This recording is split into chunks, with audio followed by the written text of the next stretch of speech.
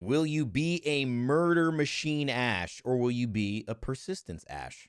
Will you be a lasting snare Ash and, play the long game, or will you be a twin snares Ash and play the odds more and more, ever being in your favor? Well, we'll find out today as we go through all of the perks in Apex Legends Season 20. I'm here to talk to you about them and also tell you I've played them, which that means you'll be getting a point of view off of someone who's experienced these. So what's the real letdown? What are the real perks that actually are going to stand the test of time and make your character go from good to great, or bad to worse, or great to meh? There's a lot of those and in-betweens. So make sure to take a little bit of stock in this, that you'll experience it as you go, but I'll also be able to give you a heads up before you start the season. Now, the reason I bring this up as a heads up is because this season, and any new season in Apex, starts off with a very important premise. You have to know as much as you can as early as you can, which is why there's an embargo on this information until tomorrow. That's when we can see this gameplay in action. I'm looking at it right here on my side monitor, but I can show you tomorrow. So stay tuned for that. Just leave a like on this video if you do enjoy it. Don't do it for any other means, but also if you want to get notified by YouTube when my video tomorrow comes out, where we can see these, go through them, and actually talk about them. Now, in this kind of run for today, I want to give you a ranking of what I experienced over the course of spending a few hours with this new season. And I think it's going to give you guys a lot to think about, but it's also going to be one of the cardinal rules of starting off a season, which is knowing the basics of what's happening so that you can start to get better and get the evolved levels of the lessons. It's kind of like knowing algebra, right? When you miss the fundamentals of division or multiplication, trying to do algebra becomes a totally different process. And if you miss the fundamentals of what's changing in Apex, and then you try to play and catch up a week later or that week, it's hard to be on the same path, and you may find yourself falling behind. So buckle up, grab a coffee, whatever it is. We're going to go through each and every one of these. I'm going to give you my honest ranking. Let's start off with Ash. Ash gets 4 perks like every other legend in this new equation. And the level 2 perks are the ones that you're going to get on your first upgrade after you do 500 damage or 500 points worth of stuff. Her first is Murder Machine. Now, after a squad wipe, you can call out nearby squads. This means that after you obviously finish a squad, you're able to get information on where other squads are. This should be like a mini survey beacon, which I think is kind of interesting. I like the idea of having information. And Ash, they've played up Ash as being an information character, though I don't know if it's enough for me to get excited. Marked for Death reveals for 60 seconds is her other option, which is Persistence. This is a play on her current passive, which is just now longer. So if you enjoyed that passive, I personally don't, but if you enjoy that passive and you use it a lot, then this is just going to make your life that much easier. But I like the idea of a visual hopeful map call out, if that's the way it works. If not, and it's more of just a audio call out 2 squads in the area, that'll be interesting, and that'll be, this either way is something for your team. Her other ones, her level 3 ones, are going to be, I think, very important.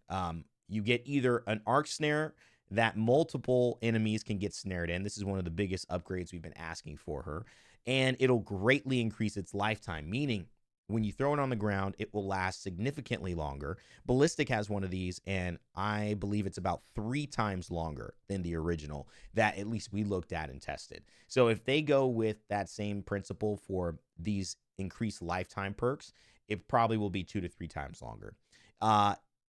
It's good. It's good. It's solid. I think this is going to be really good for holding down areas. It's going to be really good for pressure and shutting down routes for enemies to play. But I have a feeling that Twin Snares might be the one that at least I go for most of the time, because sometimes you miss a tactical. Sometimes there's 2 people that are coming at you. Being able to take care of 60% of a squad versus 30% of a squad is a big deal. And let's be honest, an arc snare that snares multiple enemies with a long lifetime, that's fantastic, but those enemies have to be stationary, or they kind of have to be almost in your hands. Like you have to be so in control of that situation that any good player can't get out of it, which a lot can. Having 2 arc snares, in my opinion, is a little bit better. I'm going for a ranking of her. Does Ash get better? Does she stay the same, or does she get worse? I think with these perks, Ash actually gets better. This is one of the better, I think, adjustments you can see. Having 2 snares, it's just a general value increase, albeit a small one. You can definitely see that Ash is on the side of a character improving, though it's not really an S tier improvement. Ballistic. This is another character in a pretty similar range. He's got 2 very average startup perks. Care Package Insight, or Ammu Vision. Now, you'll see these multiple times, and this is where throughout this video, you'll see sometimes we can spend less time on certain legends as we go on, because you'll see these perks over and over again. So Ballistic has one of those that you'll see a couple times. Ammu Vision. You can see ammo in death boxes. Some of you might be going, why would I pick that up? Well, efficiency. That's the real reason. It's just efficiency. If you want to be able to, in a early game fight, have information, and sometimes, you know, Loba passive, that thing comes into benefit when you're not even paying attention why, but you're looking for a perk. You're looking for, you know, a 3x ranger. These are the things that can happen early where you take less time making mistakes and guessing, and you just go for what you want. Care Package Insight means you can reveal care packages. For Ballistic, this is something that, you know, depends on how much you play it, how much that comes into your game. I've really liked the skirmisher trait of being able to have information on those care packages, so I've enjoyed it, but I don't know if this is going to be a pick for most people. It could be, but it's really not going to change how much you play Ballistic. These level 3 ones, though, are going to make a difference, and it's same with Ash. An extra bullet, it's like an extra arc snare. You get an extra tactical charge, so now you can have 2 of Ballistic's bullets going towards different areas. The other choice is to have a lasting bullet, which means your smart bullet duration is tripled. Now, this is a very, very long duration, and when it comes to Ballistic, cutting off somebody's actual ability to shoot or willingness to shoot because they're hit with that smart bullet, it's a negative. It's not fun. But I still struggle to see how this, for a character that in my eyes could have used a bigger buff, is going to translate into higher play. While I like having an extra attack and being able to see ammo in death boxes, to me, this puts Ballistic in a pretty safe place, and I would say they stay the same. I wouldn't say Ballistic gets much better here. It may not be better at all. It might be more fun to shoot more of these, but I still don't think you'll see any impact with Ballistic, at least at the start. So you Ballistic mains out there, you'll have to prove me wrong by showing me how good these are, but that's just the way that I think about that as of now. Now, Bangalore, this one was really surprising for a lot of people. Bangalore actually gets one of the better upgrades in her perks, and she's already a very good character and played in the meta, which is, for some people, like, surprising, because Horizon and Conduit didn't get that fixed, but Bangalore did. I wonder why. Her first perk is Big Bang. See ordinances through walls and death boxes. Her second is Ultimate Artillery. Now, I've been saying this because, yes, I play the Jackbox party aim. Okay, don't worry about it. Split the vote. But I've also been saying this because it's an important tenet of this design concept, which is you should want to decide for this situation or that situation which one is going to be better. I think it's like Ultimate Artillery all the time. Why would you need to see ordinances through walls and death boxes? I'm not quite sure why that would ever have anything to do with a choice for Bang. But what I do think it is it's like, it's a simple way that we don't need to make something better to compete with an average value. We don't need to make, smokes, because obviously maybe they don't want as much occlusion as Bangalore smokes already provides. We don't need to reduce the tactical time on that. It could just be one of those. But yeah, Ultimate Artillery for me, going to be huge. Goes back to 3-minute ultimate. That's pre-nerf Bangalore. The second one, the second layer is amazing. Cover Me. Auto ping enemies who trigger passive. Now, I'll show you guys. Hopefully, I'll show you this. I'm pretty sure I have footage of this. I definitely have footage of Refuge, but I've played Cover Me. And what it acts as is a very simple kind of Mirage decoy ping for enemies when they are triggering your passive. So when they are shooting at you, not even hitting you, but shooting near you, you will get a auto ping of where that opponent is. This is in smokes, so you could fight in smokes even with a digi threat in some way. Without a digi threat in some ways, this is across the way. So you're going to get a ton of information as a Bangalore. I can see a lot of people loving a Cover Me bang. The other one is Refuge, which is really good too. Now, the HP regen, from what I've seen, and I'll show you guys tomorrow, but it's around, I would say 50 health if you use 2 smokes in a row, maybe 60. Like, the idea is that if you are in a final zone and you're sitting in smoke for the duration of both of your smokes, you'll probably get about 50-ish health back, 60 health back, which over the course of fighting over the course of an end game, when you pop a shield battery inside your smoke, you can't just think about the fact that you're getting a little bit of health back. You've got to think about the fact that I'm getting health and my shield back. I'm kind of doubling my efficiency here, so I'm back out into the fight in a much deadlier way, and also maybe a way that people won't expect. These healing perks have a chance to be a little funky because people know whether you've hit a shield bat, but they don't know if you've gained 50 health. And they don't know if you're running Refuge Bangalore. You could be running Cover Me Bangalore. There's no indication of that. So when they think you're one shot because you've got a shield battery, but you're 1 health, you actually might have 51 health. So now they're totally misplaced in terms of what they think they can do to finish you. That push may not actually work out for them. Refuge is going to be good. And I can honestly, the reason I like Refuge a lot is because naturally people just sit and bang smokes when they're getting shot at. It just naturally happens. Now, this will mean that if you want to shoot your smokes onto enemies, I'm spending a lot of time on Bangalore because she's pretty meta. So if you want to shoot your smokes onto enemies, like from afar, to stop them from sniping you and they don't have digi threats, you're not going to be taking advantage of Refuge, where you could be taking advantage of Cover Me in that situation. So I like this. I think Bangalore is in a great, great spot to have some very fun perks. She is a great perk. She gets better. And this is one of your, if you consider S A tier perks, this is one of them. All right, let's talk about Bloodhound. Bloodhound. First 2 choices, tactical upgrade. You can reduce your tactical cooldown, or hunting ravens. White ravens charge your ult. Now, this seems to be, alongside the patch notes, something that's going to be changed. From what I understand with Bloodhound, the white ravens already charge your ultimate. So the fact that they're now going to be able to do that, it seems like that is now going to be something either reverted and you'll have to perk into, or will just no longer be a process of your ultimate. Now, the thing that I like about Bloodhound's design is that there are 2 routes to play Bloodhound within these ultimates. One, within these choices, one, an ultimate Bloodhound, and one, a tactical Bloodhound. The tactical Bloodhound has a reduced tac cooldown, so it goes from, I think, 20 seconds to 16, or it goes from 22 to 18. It's a 4-second, I believe, cooldown reduction. All of them end up being about 20%, 25%. And so I think a lot of people are going to immediately choose this because more scans, better for the character that you're playing. Now, Taste of Blood makes you think about hunting ravens because Taste of Blood gives you 25 HP per knock while in Beast of the Hunt. So if you're lucky enough to get 3 kills, or let's say your Fade dropping a 20 bomb, which I just watched some Fade gameplay. Get shout outs to Fade, you know what I'm saying? Fade, that's some fun gameplay, man. That's some fun gameplay to watch. But anyways, back to it. Taste of Blood gives you 25 HP per knock. So if you're knocking 3 people, that's 75 HP.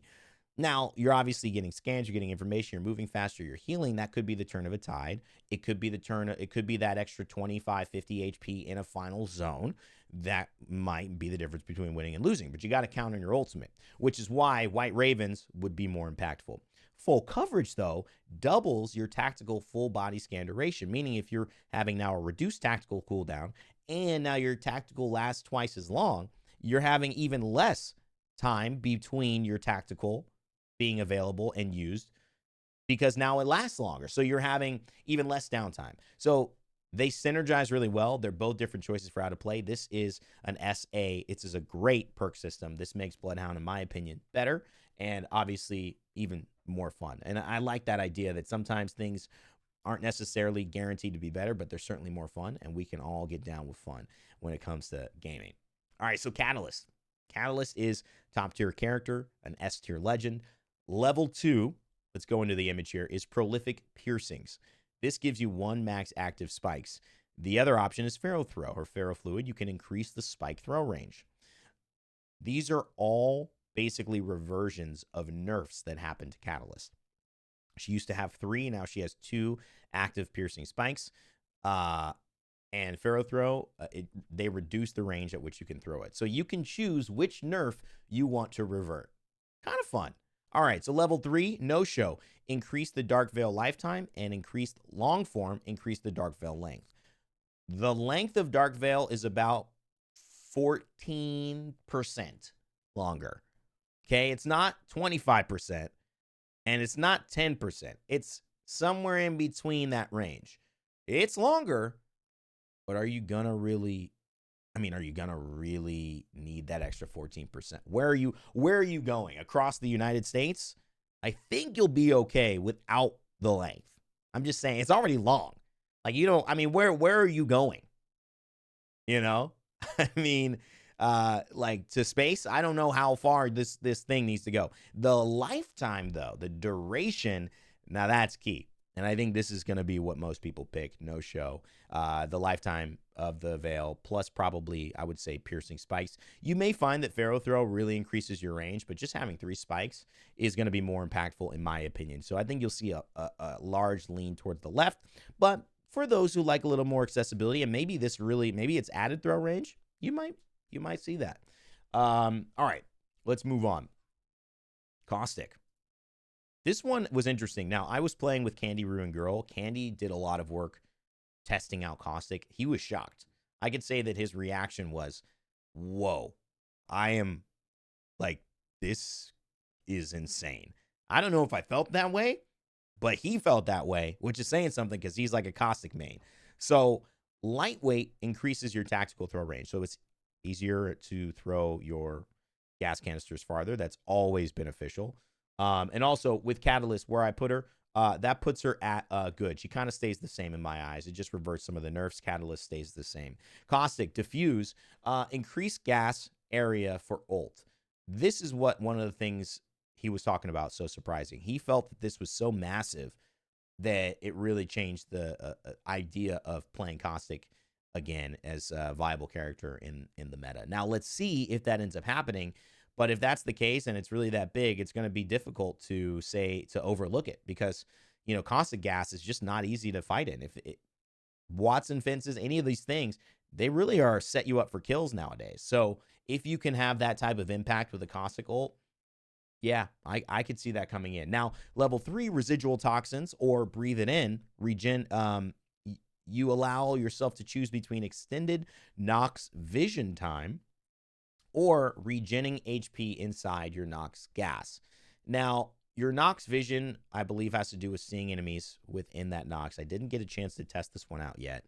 And partially, the reason this didn't kind of catch my eye as well is I don't play a lot of Caustic. So for a lot of you who want to know about Caustic, Candy's probably going to be your guy to talk about that.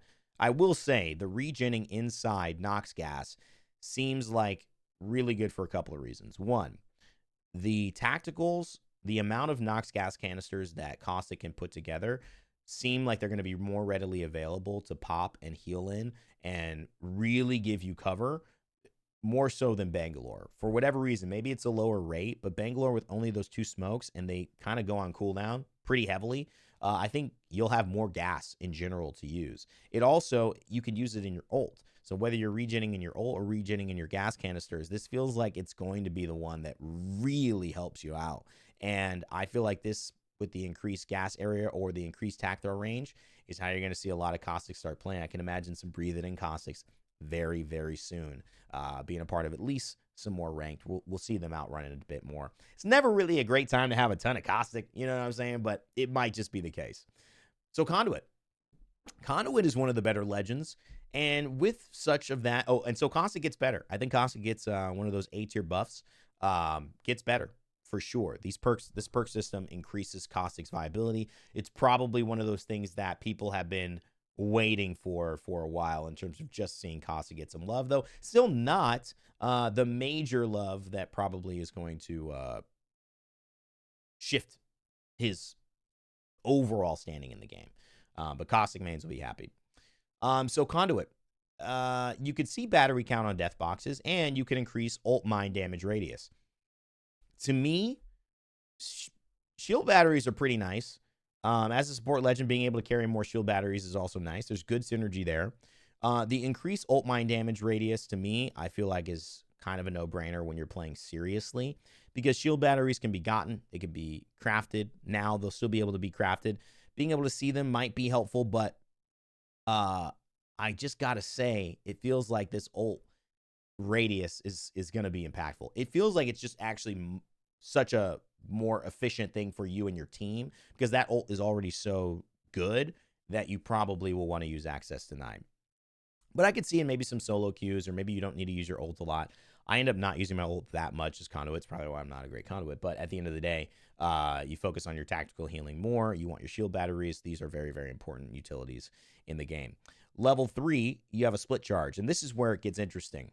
Ranged healer is pretty lame in terms of where it's going to take you from where you are now. 15% attack range. It's great. It's nice, but it won't adjust your gameplay too much. Especially with Conduit's passive save your speed. It's all about being close enough to your teammates, and it will make that easier. So this, while it could help, it's not going to change a lot. This, though, is going to be interesting. You have to make a gamble. You have to get an extra charge, but you lose 50% shield heal duration, which is essentially you lose 50% of the shielding for the charge. Now, what makes this interesting is that I guess you still can use the same 2 charges on the same person if they need it. But in the situation where sometimes happens where you're overcharging someone and they don't need it and then another teammate needs it, you now have way more flexibility to give 1 charge to one teammate, 1 charge to the other. It also means that as the Conduit, you can heal both of your teammates and not just one, which is effective, and you're healing yourself. So you're essentially spreading the love. What do you guys think about this? I think this actually makes Conduit better. It's pretty tame, but I think overall, I think the choice, a lot of players are going to like the choice, and a lot of players are also just going to say, I don't need Conduit to change. I'll just take a better ult and some more attack range. So I think she kind of stays where she is as a result of that in terms of the ranking, but overall, you know, she's a good legend, so that's kind of appropriate, and I like the way that they've handled legends that have been doing well. Speaking of a legend that hasn't been played too much, Crypto. Crypto gets some serious size upgrades, okay? And that is where I think the biggest conversation is. The recovery protocol means you can reduce your tactical cooldown, which is going to just guaranteed value. And the ultimate upgrade means you can reduce your ult cooldown. So if Crypto runs off of either working through his tactical or working through his ult. Now, his ult and tactical being the drone, and then the EMP on the drone, do end up connecting with each other very much. So you're kind of still working with upgrading kind of the same thing. But let's go deeper. Level 3 is wider network. You'll have a 50% passive in ult range. Your passive is being able to scan and see enemies in an effective range where your drone is operating. So you'll get a 50% larger radius on that. And your ult range will get 50% larger as well.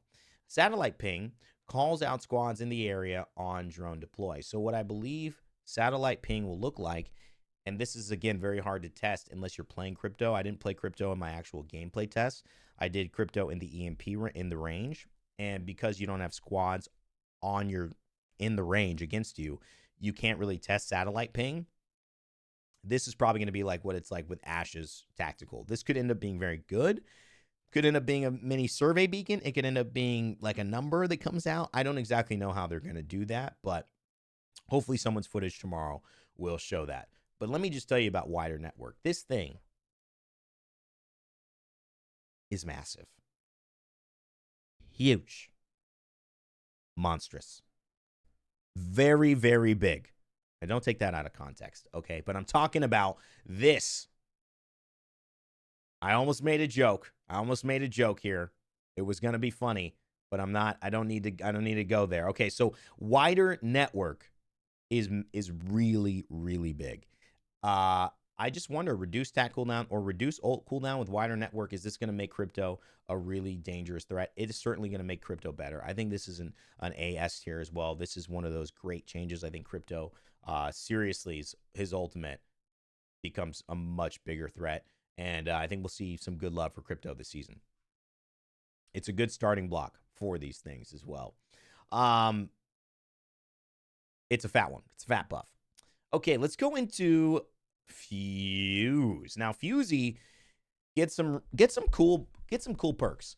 These are cool. I've tried these. Walk it off, ignore slow, and 50% damage from ult means that if you're clumsy, if you're not even clumsy, but the situation calls for ulting someone in front of you and you want to get in there and fight, maybe you're running a shotgun, this is going to make it so much easier for you to fight because you'll take less damage by half and you won't be slowed. So you will by far still be able to take advantage of an aggressive situation, even though you take a little bit on the way. It's like running a step or two into lava and still fighting. It's okay, and you won't get any of the physical slows. The reason, though, this is probably going to be what you take is because Big Bang, see ordnance through walls and death boxes. I mean, I don't really see many people wanting that. I mean, I'm still working out why that's there. Obviously, kudos to the development team to even get 100 perks and want like 100 perks. That's insane. But I will tell you that with this one, it feels a little bit like 99, right? Because it's not really, we're not really going to use that one very much, especially when you can get some guaranteed just ease from this. Now, if you're like, listen, man, I never run through this, then I guess you'll just get to see ordinances through walls and death boxes. So good for you. Arc stars, thermites, grenades, you'll be able to see them through walls and death boxes. All right. Now, and the reason that that's sometimes valuable is, again, Fuse does have a passive around that, and it might make a little more sense for him. And obviously, minus 25% explosive damage means that if you are in your knuckle cluster or if you're shooting things or thermites or whatever it is, you'll be able to take less damage. This is for clumsy Fuse. For fun Fuse, this is actually going to be a nice little boost because you actually, when you hit your knuckle cluster, get basically the double time passive from Bangalore. It feels exactly the same. And that's fun. So, you'll probably be able to run around, see some death boxes, and grab, see some ordinances, and have a speed boost. It's not going to change Fuse very much. Decent buff, but I would say that Fuse is not somebody that ultimately gets a major buff. But this quality of life is good. I would say stays about the same. And let's be honest, if you are someone who wants to get aggressive, this has opened up some play styles for you. So it's on the cusp. Yeah, I just wouldn't call it a major buff for Fuse. I don't know. I'm down to hear your guys' thoughts in the comment section, though, on what you feel about that. Let me know what you think about Fuse. Gibraltar, I think, is a major buff. I think Gibraltar, to me, gets more relevant again. He was already relevant. I think this is a major buff to him in two different ways, from his individual play and also his team-wide play. His first perk is Big Ups. It revives allies to 50 HP. It's like having a gold backpack. The ability to, or just that gold revive, being able to get people up and have them be back in the fight, it matters. It really, really does. And to be able to do that within your dome makes that dome a bigger threat. Now, the other thing you can do, which is another passive that's kind of like the Big Bang Ordnance See-Through Walls passive we're seeing repeated on a few legends, is Killer Handling. This is also on another legend, and it auto-reloads shotguns on knocks, meaning as Gibraltar, your key playstyle usually is running with some type of AR plus or SMG plus a shotgun, maybe a longbow plus a shotgun if you're trying to be super support Gibraltar and you're always just with another teammate. But ultimately, what you have is a shotgun with your Gibby shield and your bubble, and you're fighting in and out of that, stepping in with that shield, and you're deadly. Now, when you get a kill, no need to reload. Essentially, it will auto-reload the full shotgun once you get a knock. And that is massive for keeping your DPS, keeping your pressure, and being just a menace, to be fair. So I could see pros opting for this. I could also see pros opting for this. I could see ranked players opting for this. I could see split the vote, 100%. Great upgrades, great perks. This one is interesting. Baby Bubble, smaller bubble, faster cooldown, or Bubble Bunker, 4-second tack lifetime. Meaning more bubbles, but smaller, or longer bubble duration. I have a feeling Bubble Bunker and Killer Handling, or Bubble Bunker and Big Ups, are going to kind of connect a little bit more. But in the same way, one of the issues with Gibraltar has been, well, I'm a little worried about getting caught out. Once I use my bubble, now where do I go? If you have a smaller bubble, but you have that cooldown, now you don't have as much of that worry. You can actually end up getting your bubble back on the route to where you're running, survive a few seconds, Bangalore smoke, now your bubble's back. Either one of these can work. That's why it's a split the vote. That's why these are A tier changes. These are fantastic changes. Gibby gets better in all ways. I'm actually going to play Gibby for the first time in a while this season, and that's the goal of perks, okay? And they're doing a great job of it. Let's go into another one that has Big Bang and another one that has Ambivision, Horizon. Horizon is getting some very tame buffs. These are buffs that you'll probably see taken based on player desire. Big Bang and Ambivision are so meh that I could see you guys just throwing a coin up and going, all right, what do I want to see? Ammo or ordinances? Either way, it depends on your type of play style. You can make an argument that Big Bang for Horizon, because the ordinances do help with her ultimate, are impactful. But the problem is, ordinances are just so easy to see. You have to drop ordinances usually. You land and you get 17 ordinances, R-stars, and like they're so easy to come by. Maybe ammo vision is going to be a little bit better to save you time on just getting the ammo you need for your weapons. The tactical upgrade cooldown, again, it's going to be around 20%, so you get about 4 seconds or so off of that. That's just going to be guaranteed value. Or minus 14% on the ult cooldown. Either way you want to play, I think people will use the tactical upgrade because you're really only going to use your ultimate once in a fight. This actually gives you the chance to use your tactical maybe once or twice in a fight, and that could be the difference between surviving. These keep Horizon exactly where she is, and honestly, like, of value, these are some of the worst that I've seen. I gotta make sure that this doesn't do anything. I don't want this to show up. I just got a notification. All right. Yeah, I think those are some of the worst, but ultimately it's okay because she's such a great legend. So we're gonna see that here and there. Now let's talk about Lifeline. I would say Lifeline is fun. I like the idea of what Lifeline is bringing to the table. Quick response, 20% revive speed. That's helpful. I think that is going to be nice. People will have to change their awarenesses of whether that person's going to get up. I think that's going to be the fun part because you already know how long it takes for Lifeline's res to get somebody up. But now you won't really know if it's 20% faster. You know, 1/5 of the time less to be able to get that person up. You might be thrown off. You might think you got more time. You might get it wrong. That's going to be nice. And in general, it's just more value for Lifeline. Tactical upgrade, or you can get your healing down. Minus 10 seconds off the tac cooldown. You can see how long of a cooldown that is. I don't exactly know what the cooldown is for Lifeline cooldown. Let's look. Lifeline cooldown, tactical. How long is that? Is that like 40 seconds? 45 seconds. 45 seconds. So now it's got a 10-second cooldown, 35-second cooldown. I mean, you're talking about taking, again, 25%-ish away. So whether it's 7 seconds or whether it's this, pretty much everyone has that same style. Last stand, gain a self-revive. Now, this is big. Or allied support next ult is a supply drop. Two different ways to think about this. One, it gets slightly weaker because how is it going to, in terms of the supply drop, impact your game? You're not going to be able to get a red or a purple if you have a white. But your supply drop is going to be able to give you probably 1,000 Evo because you'll probably get an Evo cache. Which means you can upgrade your current armor from probably a blue to at least a purple, which that would be essentially the same thing. While it's not the other shield, so you won't get two different shields, you can exactly still get to the same level, and I think that's how they're changing that there. You also obviously get a weapon that is going to be dangerous, and that could be game-changing. That's true. That could be game-changing. They've already fixed how fast that supply drop lands. I'm hoping that it lands exactly as fast as Lifeline's. And so, I mean, I could see a lot of people actually using that. And being one of the more reliable ways to level up your own Evo shield throughout a game, which may be a big deal this season. The other one, gain a self-revive.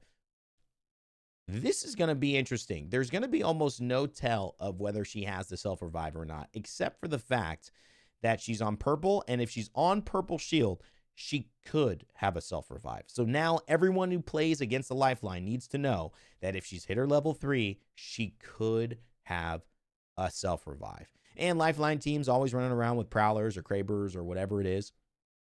I mean, honestly, I think this is pretty good. I think Lifeline gets better. Everything about this makes Lifeline better. So I'm going to go, this is one of the good buffs. It's not maybe going to put her into the meta.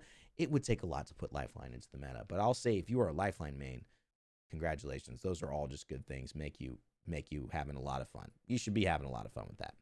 Now, Loba. Loba, my dear, my darling.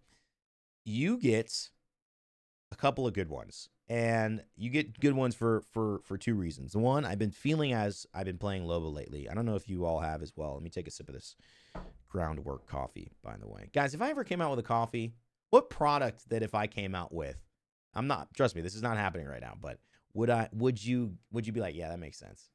Let me tell you this this is actually hilarious. I thought of this idea before, okay? I was in a jacuzzi. Here's what happened.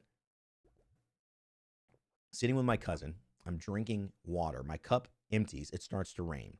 The literal rain rains so much, we're like, let's just stay in the jacuzzi. I look at my cup, and it's full. But it's not full of murky water. It's full of rainwater. Clear, fresh rain water. I'm an athlete. I'm healthy. My name's Rain Day, R-A-Y-N, rain water. Guess what? I literally went to the store a month later. Rainwater. Not spelled with a Y, but with an I, based on the exact same print. Okay, this idea was somewhere. Someone already had the idea. Clearly, it became a company. What's my next rainwater, guys? You guys tell me. Or maybe I just make it and I use the Y. Anyways, Loba, we try to have fun in these videos. There's long. I try to throw some personality in there as well. You're subscribing for me, not just the content, okay? Although we do want to put effort into the content. So market expansion or shopping spree. Market expansion is one of those things that are kind of valuable. I think it's kind of valuable. The range is relatively small, but because it's on a lower cooldown, I think you get black markets pretty quickly. I would say that would be my least picked level 2 perk. Shopping spree, however, would be almost a guaranteed pick for me, because it's not that I don't have enough Loba, enough range. What I don't have is enough choices, enough slots to pick up the items that I want, and I have to wait till my ult is up. I get an extra item from black markets with shopping spree, and sometimes that's the difference. You get the weapon, you get the extended mag, and then you get the sight, or you get the stock, or you get the shield battery, whatever it is, and you don't have to make those same choices of, do I take the weapon, do I take this, whatever it is. You really do, I think, get immense value. So shopping spree to me is going to be a guaranteed pick. Level 3 tactical changes galore. You either get more tactical cooldown so that you can have your tactical up more often, or you get better value and you increase your height and your range. For me, height and range is going to be very, very important. I think Loba's tactical is like on a decent cooldown.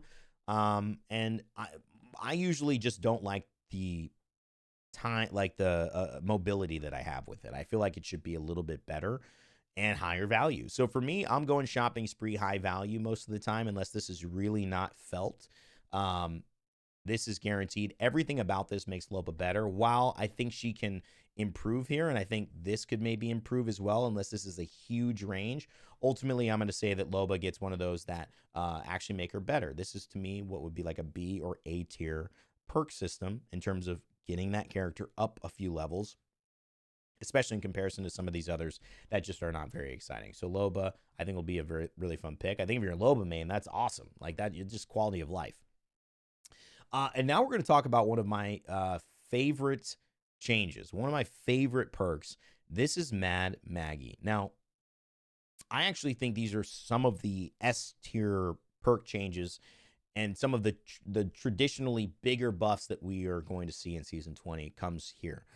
Mad Maggie has a great ability. One of my favorite tacticals is Riot Drill. It does so much damage. It's so impactful. The only problem is I don't have it up enough, and I don't have more than one.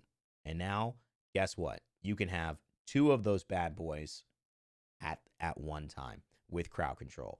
Not only that, you do give up a little bit of the fact that, you know, they don't last as long, but this means that you can force someone away from a wall there, force them to the right. Now you could force them, throw another one in there, and guarantee damage either way that you're doing it.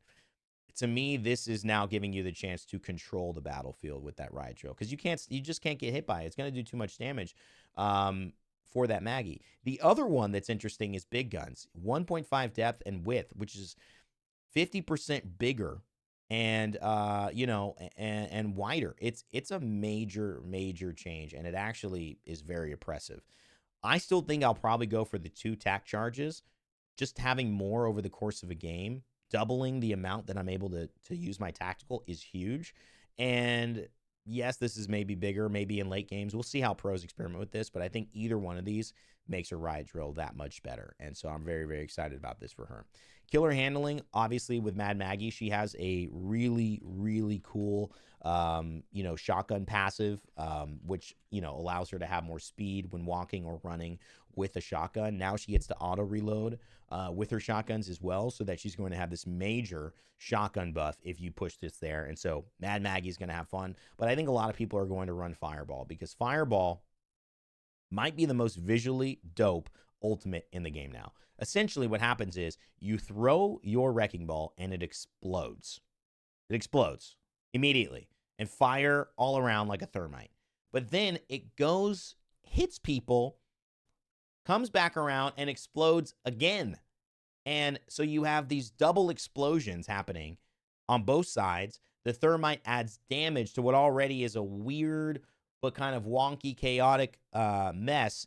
And I just think when you look at this, I'm starting to think of like, all right, man, what do we do here? What are we looking at? Like, you've already thought of Fuse, Horizon. Like, what kind of like combos could that be? What kind of combos could Fuse Maggie be? Throw that ultimate on them, throw a Maggie ball, hit them with fire, they push them through the fire, then they're hit with fire on both sides, taking damage. I mean, it's going to be like they won't even be able to play. There's some craziness that can happen here. For me, her ultimate gets much better. Her passive gets more aligned.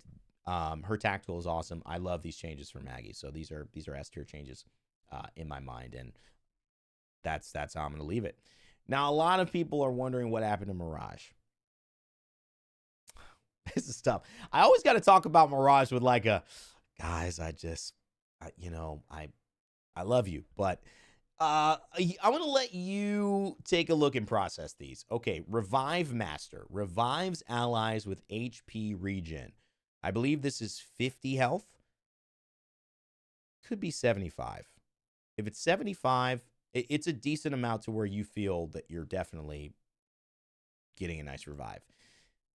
More of Me, +1 ult decoy, and a minus 30-second cooldown. Mirage's ultimate. How long is Mirage's ultimate? Right now, Mirage's ultimate cooldown is 60 seconds. Okay, so now you can have your Mirage ultimate every 30 seconds.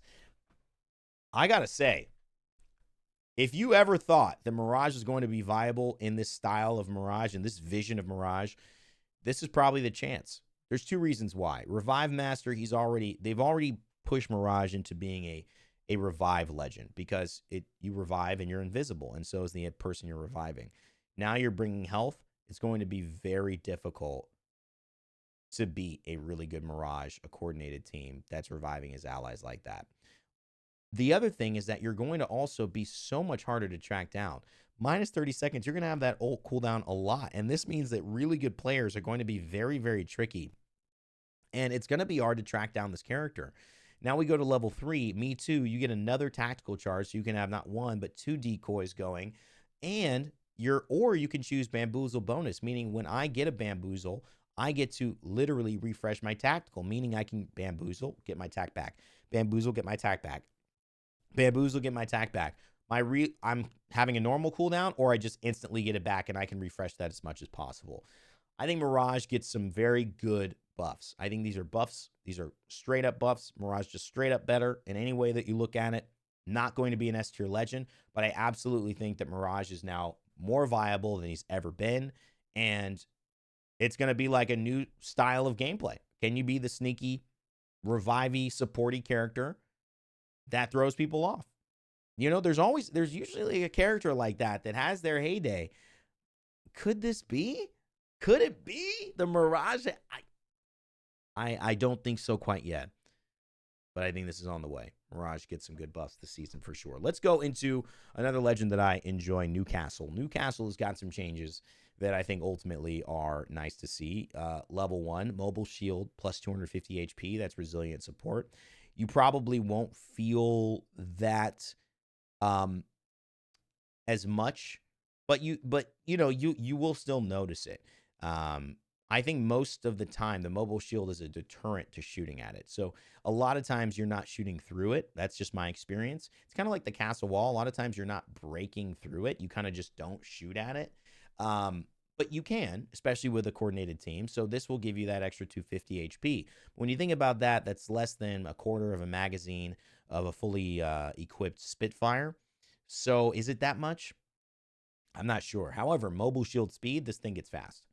I played this. I've tried this.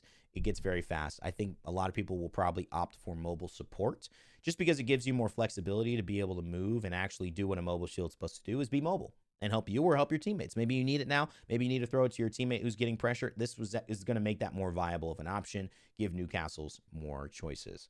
His level 3, similar to Mirage. But for Newcastle, there's probably nobody in the game that revives better than Newcastle except for Lifeline. Mirage is in that tier, but it's Newcastle or Lifeline, and the second tier is probably Gibby and Mirage. He's got the same revive allies with HP regen. And actually, let me look at this real quick because this is important. Right. So it's the same thing. Revive allies with HP regen, and let me go to Lifeline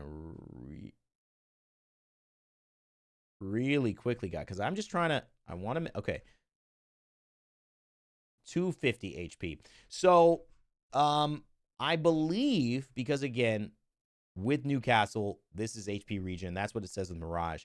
I believe this will regen over time. Now, I'm going to find out that very, very clearly. But either way, what we're going to see is that with Newcastle, now you're shielding, you're moving, and you're healing your allies as you revive them, which is going to be a massive element for making that revive even more effective and giving someone a chance to fight afterwards. Stronghold increases the castle wall HP and energized duration. Running over the castle wall, it's kind of like running into a Wattson fence. It's basically secure death for anyone who's shooting you. It's very easy. Teams don't do it, but it also make it beefier. Overall, Newcastle gets more tools in the toolkit, and I think just becomes a better version of himself. This is a straight up buff across all the way, and I think it's actually quite good. I think both of these are quite good for Newcastle's viability. I would say this is one of the A-tier buffs for this season. I'm sorry I looked that up. I wanted to make sure that regen and health is different. As you can see, it is different. Regen is different than up to 50 health. And so the way that they're discussing this, and you'll see the kind of that, is there are some that are going to be more passive, some that are going to be over time, some that are going to be more directly active for a legend. And again, up to 50 health doesn't mean that you're going to get 50 health right off the bat. You may only have 20 health to res. So you're going to obviously not always get just an extra 50. There's not enough to be able to do that. Moving into Octane, I think this is a great change for Octane. For me, minus 25 stim damage is kind of one of the things that threw Octane into the nerf category for a while. Taking more damage off the stim really discouraged people from using it the way they did. This makes Octane feel much more like a relic of his old self. And I think this is going to be probably the #1 guaranteed choice everyone picks. I cannot imagine many people picking minus 25% explosion damage, because if you're getting hit by a lot of explosives, you're already kind of doing something wrong. Plus, this is too early in the game for you to really have impact, in my opinion. Have any situation where explosives would be constantly something you'd want to take less damage from. Maybe late game, you're in a building, you don't have the right team comp, you're out in the open, you're playing Bangalore, there's a fuse hounding you. If this was kind of like a counter pick, then I could see that. But right now, right when you first level up, I mean, I think everyone's going to go for the stem. So to me, this isn't a split the vote, just guaranteed better there. Level 3, though, is going to be interesting. Now that they've taken out movement of tap strafing in Apex Legends for console players, which, give me your thoughts on that. How did you guys feel about that? Are you upset? Are you excited? What side of the coin are you there? Are you kind of watching how this develops because you don't really tap strafe that much? I want to know. But also, I want to tell you, maybe there's a solution, because though you can't tap strafe with normal configs on console anymore, this might be the only way for you to tap strafe, with the fact that you can change directions on your double jump mid-air. So essentially, you could pull off the same level of maneuverability with a tap strafe, now just playing Octane and picking this aerial agility. Kind of interesting. Secondly, and this is like a very hard, sharp change in direction, by the way. You may not go very far, but it is a hard, sharp. You can go front, immediately backwards.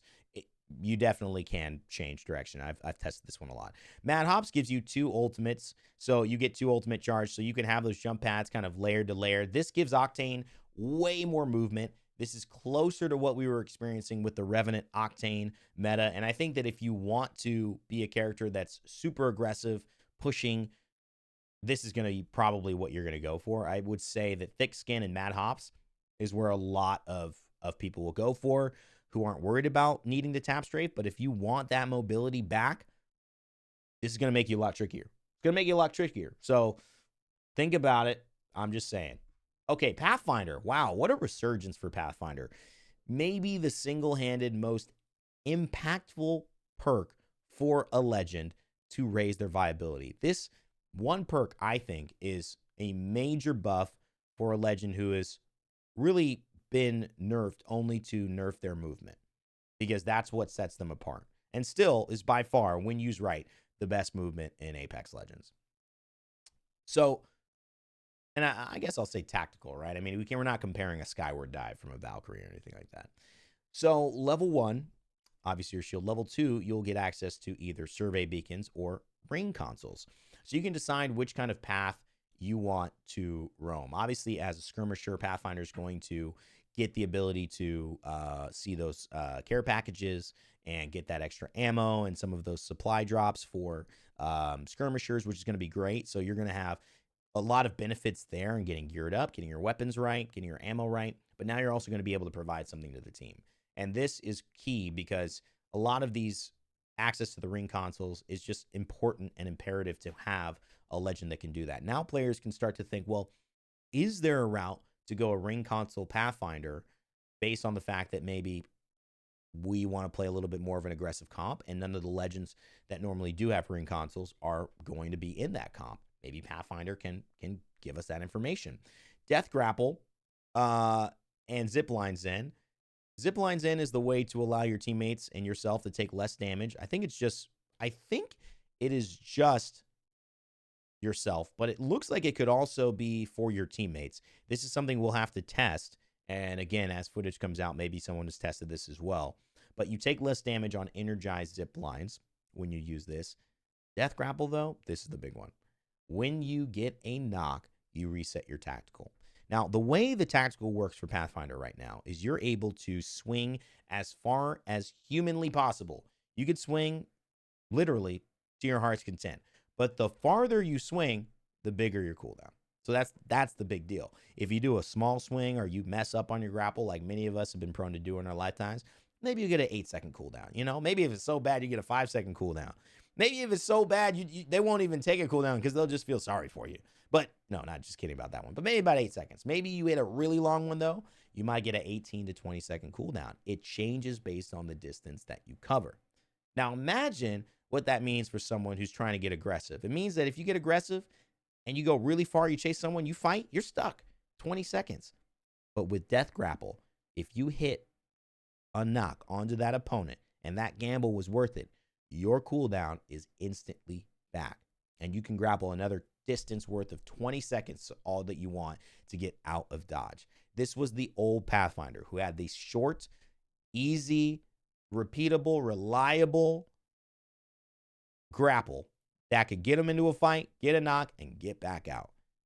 This is now available again. Old Pathfinder is back. This is one of those S tier buffs. Pathfinder main stand up. I think you're just going to see so much Death Grapple Pathfinder that as much as this might even help your teammates, I just think you're just going to see this. Bar none. I just think that's what's going to happen. It's just too good. It's too juicy. So that's S tier buff right there. When you look at Rampart, there's a couple of nice things for Rampart too. Rampart's been getting constant buffs over the course of her time in Apex Legends. She gets an ultimate upgrade where it's minus 20% on the ult cooldown of Sheila, so you can get your gun more often. Or Bandolier, you can carry extra ammo per stack, which is, always dangerous for any legend. These are kind of solid choices depending on how much you expect to use your ultimate. I can see these actually being choices that people split the vote on. Having more ammo is just kind of like a nice to have. You may not need your ultimate that much more based on how much you use it, maybe a couple times a game. So this might just be a standard, inventory management benefit. Level 3, running hot, you improve your Sheila handling and spin up time, meaning it spins up faster. So if you want to get your Sheila and you want to fight someone who's pushing you, sometimes that's difficult because it takes a long time to get that weapon going. Now you'll be able to handle it better in those 1v1s and also have it go faster in terms of being a threat for your enemies. So this will help Rampart in her survival in a 1v1 in situations she wasn't planned for. Obviously a great Rampart, hopefully planning for these things ahead of time. But if not, you'll have more accessibility and flexibility with running hot. And amped reloads, faster reloads with Sheila and amped cover. So this just means that you'll be able to get yourself back into the fight a lot faster doing Rampart things. For me, this is going to be the thing that happens more and more. This side is more of, let's just get a general quality of life value for Rampart in other ways that we haven't needed to improve, which is what they've done around shields and Sheila and things like that for the longest of times. This is, let's just make Sheila even more deadly. Let's get it out more often, and let's make it faster and better and easier to control. Either way, Rampart gets a buff. This is going to be one of those good buffs. I think Rampart just gets better. Rampart's already been in a pretty decent position, so I would probably rate this as an A-tier buff because it's a legend that is kind of being treated as like this legend needs buffs and like just in general, and is just getting some nice quality of life changes that are totally positive. And she's already kind of been in like that A range for me, and so I think that's ultimately where I'm seeing Rampart be. Still not like those S tier, not those Pathfinder change the game. Now you can play him again, but good. Okay, Revenant. Here we go. Revenant. What happens to the death machine, the assassin, the robot assassin in Apex Legends Season 20? Revenant gets a tactical upgrade, which reduces the attack cooldown, goes again from 20 to 16. It's 4 seconds off. For those who have stayed and watched this long, thank you. I appreciate you. Again, if you are here and you either like it or don't, let me know. It helps me to improve. I wanted to do this without the gameplay because I wanted it faster. I wanted you guys to see it sooner and get that foundation of knowledge out before we start analyzing gameplay and looking at that from the 8th all the way to the 13th before it actually drops. So, and we'll have plenty of time for visuals. You know, I want to keep, it's exciting right now. So I wanted to do this today. The tactical upgrade can happen instantly. So let's say you use your Revenant ultimate. This is for anyone who has a tactical upgrade. It's going down from 20 seconds, 19, 18. You haven't upgraded yet, but you decide, all right, I'll go tac upgrade. Boom. It will go from 16 to 12 the second you hit it. So it will immediately take those 4 seconds off, which is kind of a nice quality of life change. It won't like wait till the next time you use it to put it into effect. Murder Machine, after squad wipe, call out nearby squads. This is exactly what Ashe has. So I think that ultimately these are better, obviously, than Ashe because you get the tac reduced cooldown. She had, I think, the ordinances or the... she had the squad wipe out, call nearby enemies, or the ability to have her passive last 60 seconds. So, no, this is actually... I misspoke on that one. But this is good. I think people will go with tac upgrade probably, unless this ends up being really, really effective. Level 3, minus 20% tac charge time, meaning you can get up to that full charge of your tactical where he kind of is doing this, and then jumps. So that'll happen faster, which is huge quality of life for Revenant. Doesn't really change his play that much, but it is much appreciated for those who play Rev. Or Kill Thrill, tac refresh on knock, meaning you have reduced cooldown and you get your tac back, but in comparison to that tac being the same movement skill as Pathfinder, this is where he doesn't get that same level of just guaranteed value. Pathfinder's grapple is just so good. So just getting that knock reset means you get an access to another S tier ability. This actually makes the ability better. This actually just gives you access to it again. So a bit more of a choice. I think a lot of people will split the vote on this. Probably more will lean towards tac refresh. But if this really just feels nicer, we may see people go, you know, I don't play Revenant where I need that as a knock. But it's just hard to go away from something that you're doing naturally, getting a knock, and then just having your movement ability again. It just kind of changes your thought process on moving. You can move to be aggressive, and then you could probably move to get away. I like it, and I think Revenant gets a very good perk. I think these make Revenant better for sure. Already a pretty decent character. Competitively, I don't see this changing much of him, but in terms of ranked, which he's played in terms of solo queue, Revenant gets one of those nice A tier, gets good. Not game changing, but I think this is actually probably more like an A tier change for him now that he's in this current state.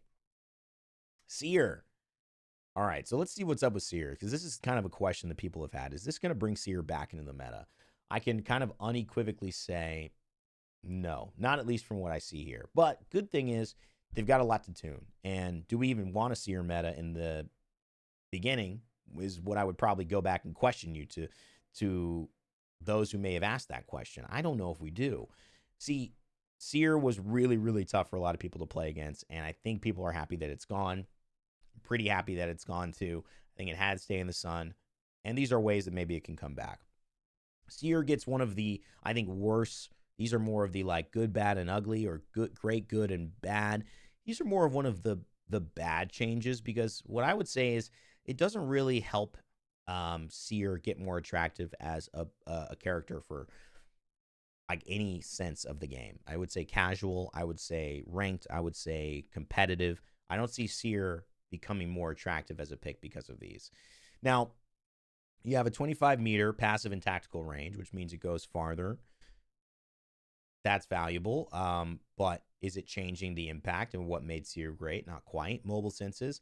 You can move faster while using your passive. This is noticeable. Again, I wouldn't say that it's bad, but since no one's really playing Seer right now, not getting picked, and the key of Seer was the impact of the scan, the disruption of the scan, the oppression of the scan, and the ultimate as well. You kind of need an all-in on Seer, I think, for a lot of people to find value. Now, the Eyes on Me is a 1.5 second scan duration, meaning you're going to get some of that tactical scan time back, where you will be able to see enemies. You will be able to, fight them and have good information. But again, probably going to be more exciting for a lot of people to use Bloodhound and get that extended tactical duration than going to Seer to get back to where, he might be even close to okay with that scan. Theatrical projection, 20 meters plus 20 meters on the ult throw range.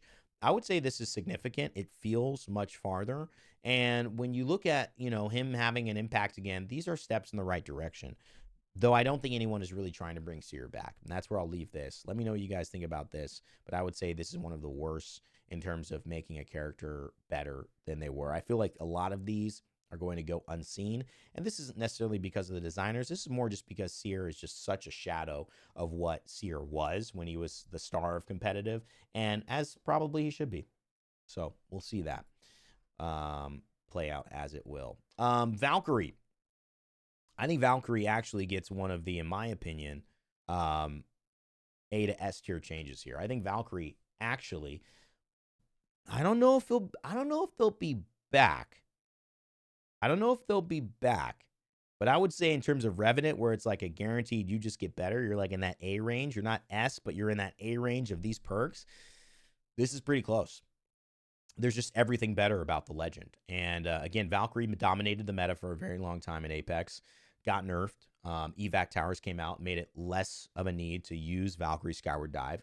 And then when you combine it with the fact that your Skyward Dive wasn't as high, I mean, what's the difference? You can't get over these huge buildings or these huge areas in Stormpoint that would be the difference between being able to rotate late or being stuck.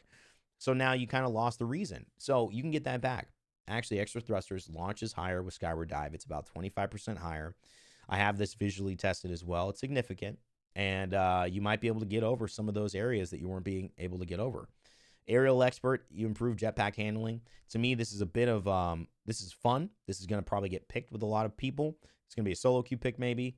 You might see this happen in ranked more, in competitive. But I think in solo ranked, you'll probably see this. The reason is, I think competitive players are going to say, what's my biggest bang for buck? What do I get and what do I give up? Aerial Expert's going to give you improved jetpack handling, but you're not going to usually lose or win a fight if you're a great player because your jetpack didn't handle the right way. Okay? That means that this can be avoided and you can just get guaranteed team-wide rotation value farther over certain areas that change whether you can get a spot, go from a spot, rotate to an area or not. Big impact. If you're dying because your jetpack kind of went to the left slower than you thought, you're not taking the right fight. So this is going to feel good, but you're going to have to look at this analytically, competitively, and go, we shouldn't be dying to our jetpack handling, right? Now, maybe it just makes a player feel better, and sometimes you got to make the call.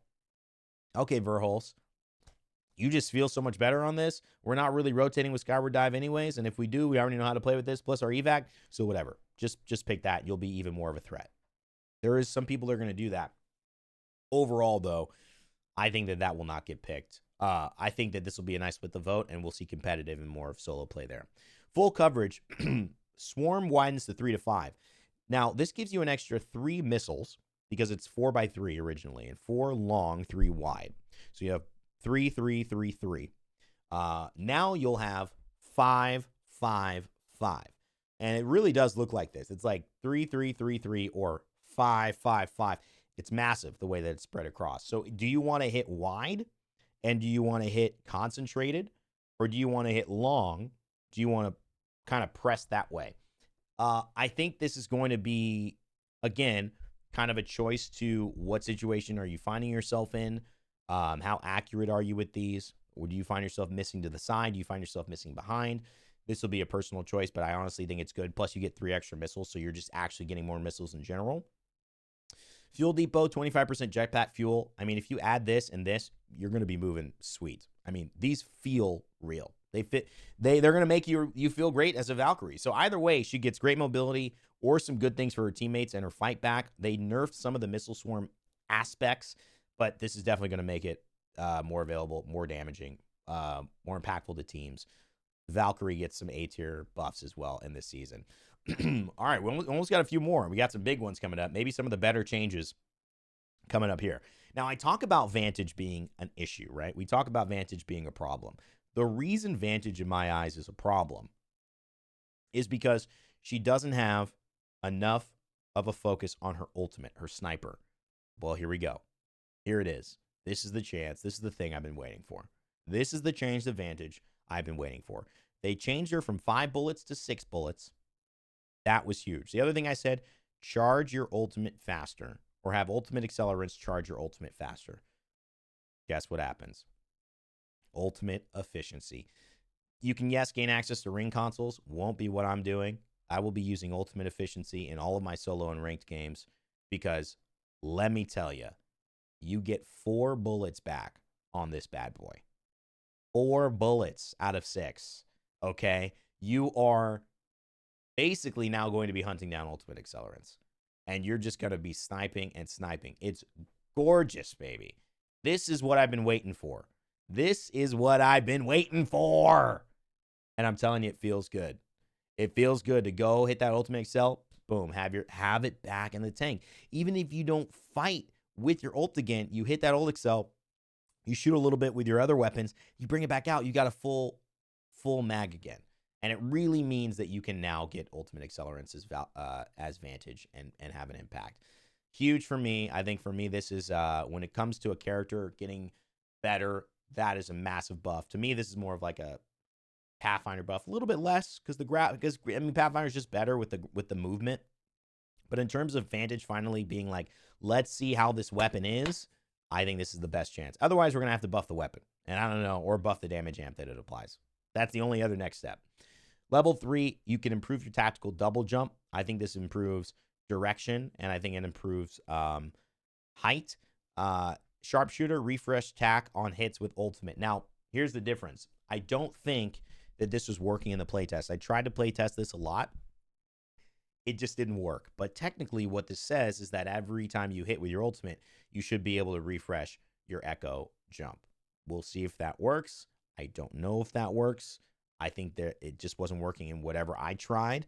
I'll show you the footage of trying it. But yes, that did not end up working. But the idea of Sharpshooter, I think, is really nice.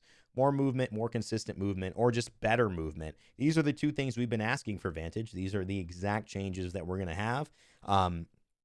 The only other thing that this could be is maybe faster access to your movement skill. Not having to hold for so long and then move would be really, really nice of a quality of life change. But again, maybe I'm trying to make a sniper that's just too good. You know, that may be what they're not willing to allow for a character that's so good perched up. They may have to have some penalty for being so perched. Okay, Wattson. I think this is it. There's 2 more.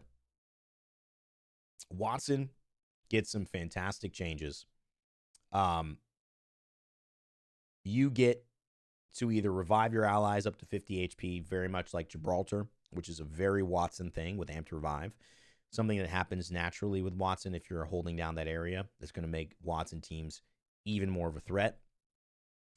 Renewable energy is going to be the fun one. You can actually basically get an arc star for every ordinance or everything that your ult intercepts. Remember, your ult can intercept even like ultimates or riot drill, things like that, right? I'm actually not sure. They might have made a special case for that. But ultimately, knuckle cluster, whatever it is, you can take these things and arc stars will drop literally on the ground. You'll literally see, like, we were throwing grenades, grenade, and it would just be an arc star. Now, I think you can only have 6 arc stars on the ground at a time from this, but it's still really fun. And it's really funny. And if you don't have any ordinances, this is going to mean that you're going to probably have some free ones thrown your way throughout the game just because of it. And arc stars will be on the ground, which means you also don't have to hold them in your inventory too. If you're holding, you can just have them on the ground and then shoot a little bit, run out of a stack of something, pick up another one, throw it, use it. It's kind of fun. But again, will you be able to throw it in your own, near your own pylon? Maybe not. All right, so now you have the other option, which is so cool. Wattson gets a chance again, either full coverage to double her placement, so have multiple pylons again, and ultimate accelerant speed will increase, so you can have more of those pylons, which is like back to Wattson's that we love to see. This is a massive change. It's a big buff that makes her feel really, really good, obviously, and you know, she's already a good character. I think anything towards Wattson is going to make her feel better. You also have power pylon, meaning you have that same ultimate, but it doubles the ult HP that it's giving back and the ult that it has and its capacity. So you're giving not only it basically double duration and shielding, but also its health that it has to be able to be shot and survive being shot, which is just massive. So you can either have that big baby you're holding by, or you can have coverage around certain areas of your building. This is going to be awesome as a level 3, because this is when you're on purple going to need to make that choice. I can't wait to see what ends up happening with our pros, where they decide, you know, I need full coverage right now. No, man, we're not going anywhere else. We need power pylon, just make it strong as possible. Oh, yo, this is going to be crazy. I have a feeling that this might be the difference, ultimate accelerant speed, because sometimes the fact that if you have an ultimate accelerant, I don't know, you get that back up. There's just something easy and important about the speed of impact of getting one of these up, but we'll see. Anyways, Wattson gets some A tier buffs for sure. She's one of the better buffs, and she's already a good legend. It's scary, y'all. Wattson, oh my goodness. And last but not least, what many of you have been thinking could be an homage, a return back to form for one of the most iconic character in all of Apex Legends, Wraith. Will she have her tactical like the early days? The instant invulnerability. Let's see.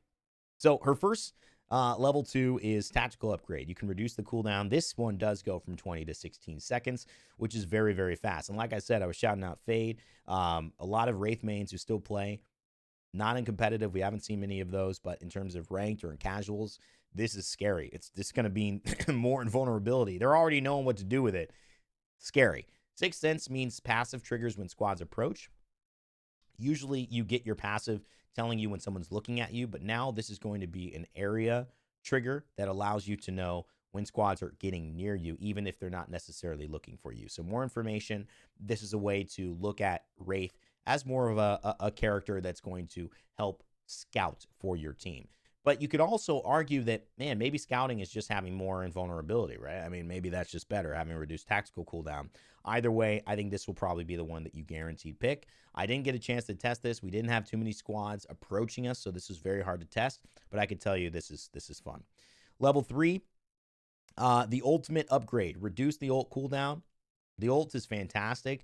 At this point, the speed, the distance, the utility has still been amazing, but the speed and the distance are really, really fun, really, really effective at rotating, at least individually and ultimately as a team. And now having it more often is great. I think you're going to see this be fun, and I think this will get picked. The reason I think this will get picked is because Quick Shift did not remind me of what we saw with earlier Wraith. In fact, I will tell you what, I didn't really notice the faster attack windup. Now, let me say this. Like the Vantage thing, it could have been not quite ready. It could have been not the final version. But I'll tell you, I tried Quick Shift, didn't save me, didn't make that big of an impact, and it was not what I experienced from earlier versions of Wraith's Q, where it's so obvious that it's just basically instantly safe. If it was wrong, and this is like that, I think this is going to be a resurgence of Wraith potentially. And if it was correct, I think a lot of people might still pick this. It'll be a quality of life pickup. But if you want to see her an ultimate play, if you want to see her reducing the cooldowns on her ult and her tactical, it's just going to make Wraith more viable in pretty much every situation that you use her. Now, let me know what you guys think in the comment section below, and leave a like if you enjoyed the video. Thanks so much for hanging with me this hour. And as always, stay tuned for tomorrow. I have a very big announcement coming up. Remember to never give up, never stop gaming. I'll see you all then.